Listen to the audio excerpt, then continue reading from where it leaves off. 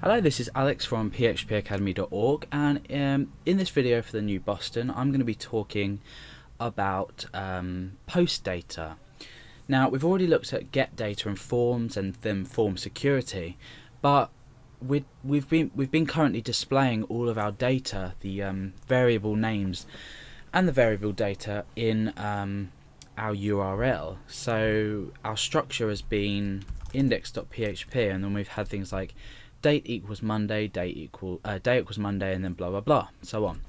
So what happens if we are submitting something like a long registration form, or let's just say a user has to go on a page and submit a long sort of selection of text in a text field, so they were typing out, say, a long description of themselves.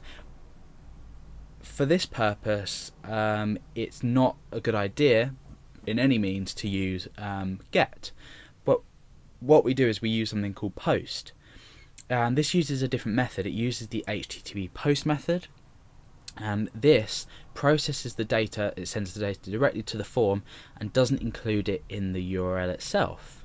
So it's great for things like passwords, it's great for things like long registration forms.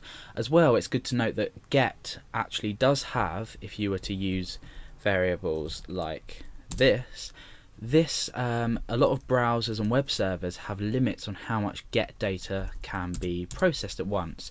And as well, when you're using things like file uploads, you need to be processing the file data through a form into a page, and you use post as well as another attribute to the form field, which is called enc type, but we're not going to be going into that until we deal with form field uploads. So we're going to take a look at an example, and this example is going to be typing in a password, and in this case we're going to be submitting the password. We're going to be creating a form first of all down here. We're going to be submitting a password and checking it, and we're going to be telling the user is the password correct.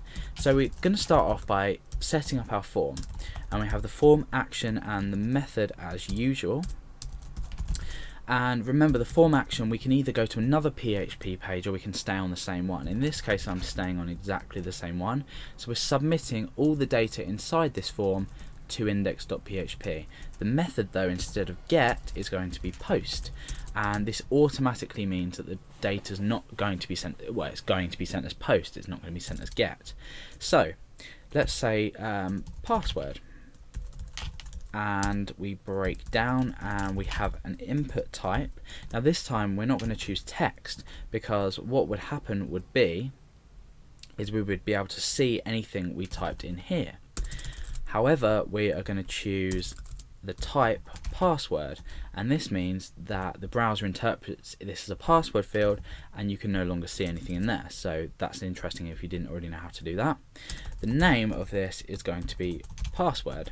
Okay, and we're going to break down a couple more times, and we're going to be an input type submit value equals submit, just as we did in the last example. So as this stands, we're submitting a password in this form when we click submit. So as to the previous example with get, I typed something in here, clicked submit, and we saw it appear here. However, now if I was to type, say, password in here and click submit, we've actually submitted this now to the form. The data has been submitted. However, it's not visible up here, and obviously at the moment not visible on the page because we haven't done anything with the data. Now, just to show you the example, I'm going to echo out $_ and this time post and password. Remember, this name here corresponds to the name that you've given the form field. So let's refresh the page, type in hidden, for example, and click submit. You can see that hidden is now displayed, okay, but still not displayed up here. So what can we do with this? We can again check that the form has been submitted. So we say if is set, and we say $_ post, this time password. We execute in this block here. So if we've submitted and the password has been sent, or the form field data has been sent, we now need to grab that. So I'm going to say password equals $_post password. Now, as discussed in the security video relating to forms, we could do the HTML entities just here. However, we're not actually displaying this password back out to the user. We're just going to process it down here and check that it's equal to a preset password. So the password I'm going to say is pass123. Okay, so the password must be equal to pass123 for us to validate it. So now what I'm going to do is I'm going to say if password corresponding to this variable, which then corresponds to this here, because we're taking the post data, which then corresponds to what the user's typed in. So if the password is equal to match, say something, otherwise say something else. And what we're going to say in here is echo that is correct, and otherwise we're going to say that is incorrect. Okay, so let's test this out. We'll go back to the index.php page, we'll click submit. It says that is incorrect. We haven't actually checked for the existence yet, but we can do that. We could say here if is not empty password, do all of this down to here. Ooh, and then we can indent this. So this reads as if it's set, set a new variable called password to the posted password.